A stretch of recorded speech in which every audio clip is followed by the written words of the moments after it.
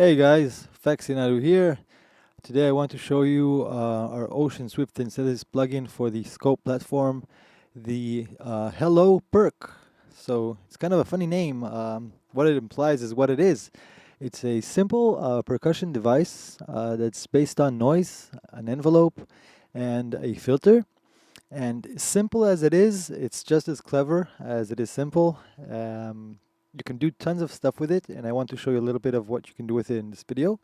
It's fun, it's intuitive, there's only a small amount of knobs as you can see, and can get really cool results, sort of analog style hats, snares, breakbeats, even kick drums in some of these presets we managed to get. So, first of all, I want to show you what I have set up for the video so you kind of understand what I'm showing. So I have an Ableton project with 4 channels. 2 of these channels, the last 2 over here, are Hello Perc channels. I actually have it twice open over here. So 2 instances. And then I have on the first channel a sine kick, and on the second channel these are TH3 bass lines. So the first channel is just a kick. The second channel is just a bass line. So together. So this stuff is from other devices. The Sine Kick is a free device by us. You can just go grab and download it. And the TH3 Acid is part of the Acid bundle from us. You can purchase it on the Sonic Core shop. So I just have these 2 in here. I actually have some multi-effect devices, but they're all empty. I ended up not using any of them. So it's just the raw sound and just to demonstrate the video. So that's as far as that goes. So for the plugin itself that this video is about, the Hello Perc. So as I said, I have 2 open here. But let's just keep one of them open. One of them playing. And as you notice, now you are hearing a hi-hat. You see that I have 1/16 notes drawn over here. Each and every one of them is on the same note. Incidentally, it's on D diez note, but they're all on the same note and they're all just running. And you might notice, and there's no additional effects, right? But what you notice is that each hit of the hi-hat is a little bit different. There's a little bit of variation going on, and it sounds really humanized, and it sounds as if there's like a whole sequence drawn here and some automations and everything, right? So take a listen again.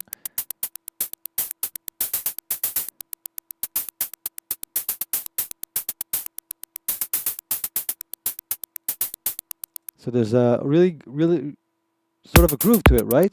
With the kick drum.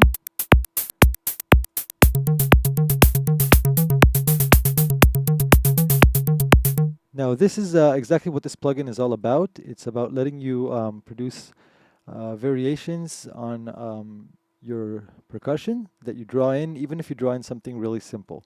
So let's take a look at how it's done inside over here. So as I've said, in the background there is a noise source. It's basically just a white noise. And the first thing it does is it goes into an envelope, and it is an envelope with, you're used to probably attack, decay, sustain, release, but here there's just the decay. There's no sustain portion, there's no release portion. The attack is set to a minimal attack. There's virtually no attack at all. And you have control over the decay parameter over here. And then you have the slope parameter. Let's go for some sort of a, let's make ourselves a small, another little, 1 second, another little loop.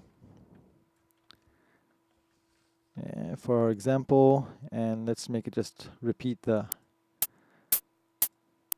So if we take everything off, let's go sort of for an initialized sort of vibe. So now it's on low pass. So this sets the decay, and then the slope kind of shapes the decay itself. And it's really useful for percussions, right? Because this sounds much more like a, a natural percussive sound than this. So you have different levels that you can set the slope to and get it to exactly how you might want it, right? And then you have this special thing over here, which is a decay modulation. And what this does is it provides a randomized effect to the decay. Basically moves it sort of back and forth as if you would be going like this.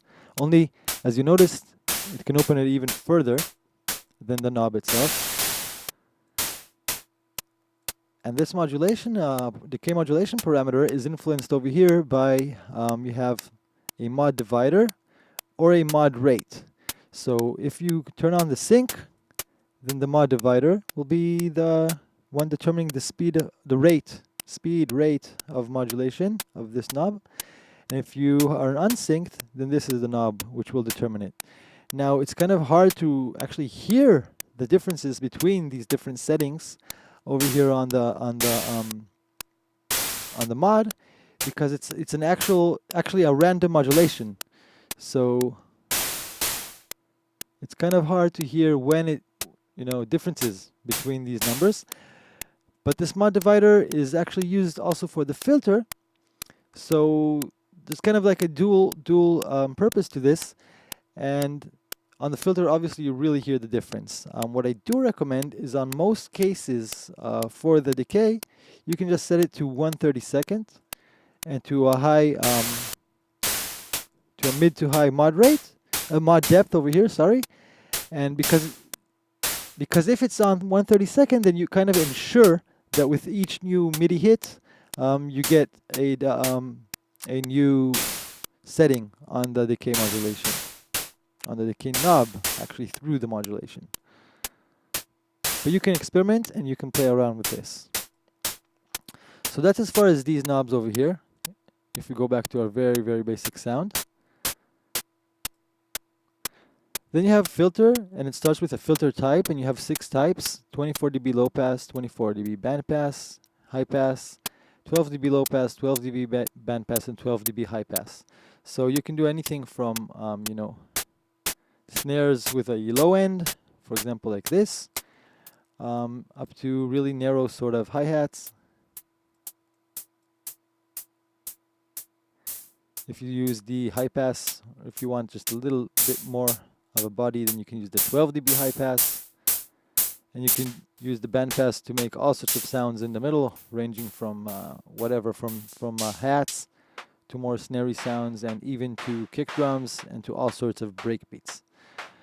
So let's stop it for a second and talk about the other knobs that the filter has. So you saw that I was moving around the cutoff, which is really simply just the cutoff point of the filter set over here. A resonance knob, which when it's set to all the way up, it can get to sort of self-resonance, but the envelope of the amp is after the filter. So even if you go into self-resonance, it's not going to just go all the time, but it'll be played. So you can also do pseudo sort of melodic stuff if you set the Q very high.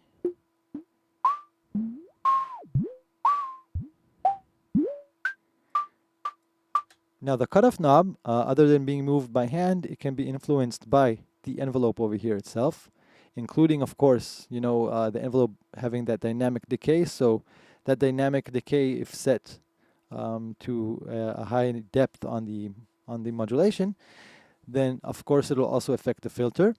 You also have a keyboard tracking knob, and you have a mod knob on the filter itself that is again influenced.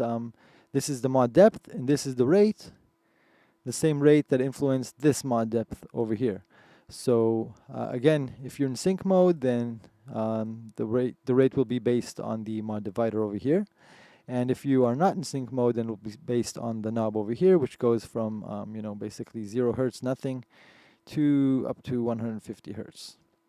One last thing, of course, is that the divider, the divisions over here, they take their timing from the BPM parameter, which you can set over here, either with your mouse, or you can type it in if you want to. Oh, why is it not letting me type in? Because I did not click it. Okay, there we go. So you can type it in if you want to, and of course you can set the MIDI channel, and you do that over here. So that's it for all the knobs themselves. Now you heard a little bit already the potential with some of the sounds that I was playing before. Now I totally ruined it, but it's really easy. Yeah, I think it was even this preset. It's really easy to get back to stuff. Now, what I wanted to show additionally, okay, let's bring back our loop. So I actually had another one over here open.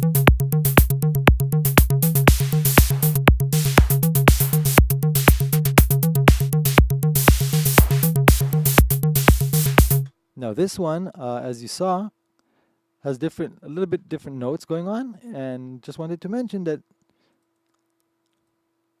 it's set to keyboard tracking is set a little bit high here, and that's what kind of provides a little bit of an influence on lower and higher notes. But you can do something much more than that. For example, let's take this loop that we had before, but move it to the fourth one, to this one. Now if you play it like this, oops, I don't want to play this one. Let's take off for a second the modulation depth on the decay.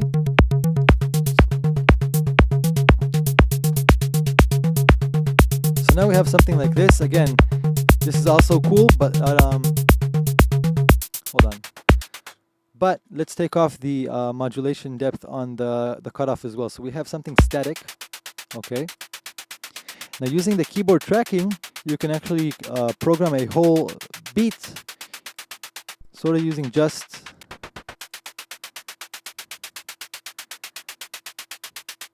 one instance. Now how do we do that?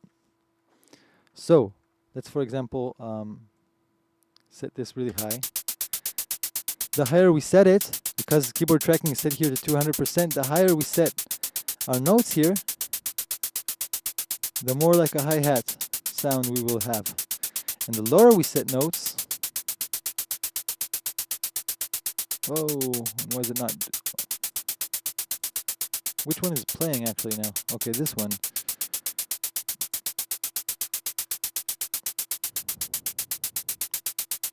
Let's set it for a minute and then check it out.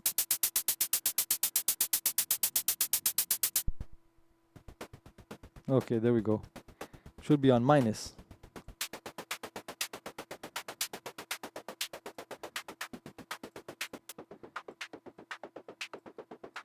So just using the keyboard tracking, you can already set all sorts of drums.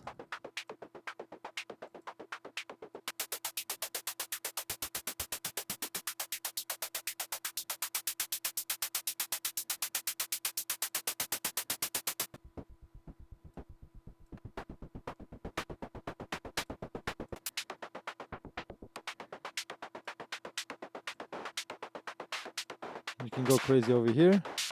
You can get really, really interesting results really quickly. Now let's go and play this with our beat.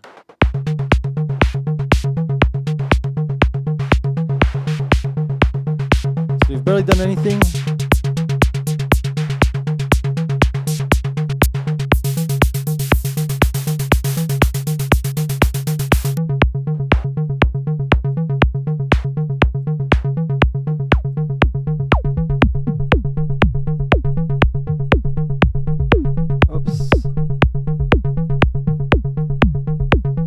Just kind of jamming.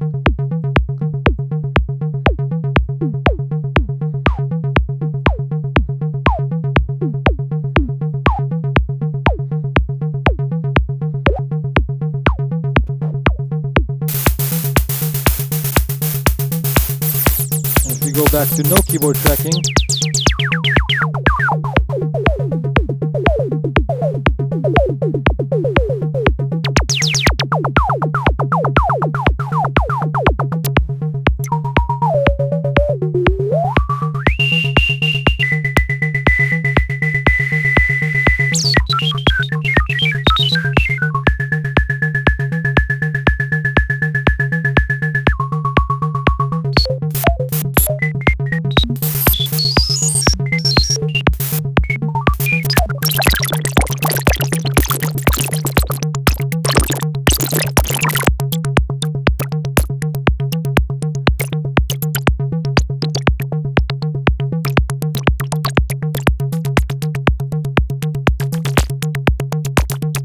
really cool stuff, really fast.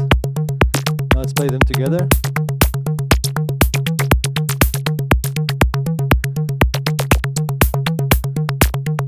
So you get the idea really quickly. Now these guys are really, really light on DSP. As you can see, I have here some things open, but not a lot of stuff, right? But all this stuff together on a 10 DSP card is just this. Now, if I start adding more Hello Percs, they're really, really light, these guys. So you can actually open a project with like 4 or 5 of these, and even just messing around with the presets, even like totally randomly, just writing some notes, whatever notes, whether totally random, right? And just set some cool presets with this thing. You'll already get really, really cool beats just by kind of winging it. And this was the whole point of this device. And it works great, as you saw, with the TH3 Acid and TH3 Kick. If you start actually, not for the purpose of the video, for just actually really working with them, you'll get really cool results, surprising, kind of like music writing itself a little bit. So it's a little bit like cheating, but in a good way. It's really cool. So it's a free device. Go over to our website, oceanswift.net, as spammed on the device itself. Download it. It comes with a number of presets, 54 presets. Kind of just examples of what it can do: hi-hats, weird IDM-ish stuff, lasers, kicks, snares, and all sorts of strange drums. And I hope you have a ton of fun with this one. I know I will. I can't wait to make music with the Hello Perc. See ya, guys. Thanks.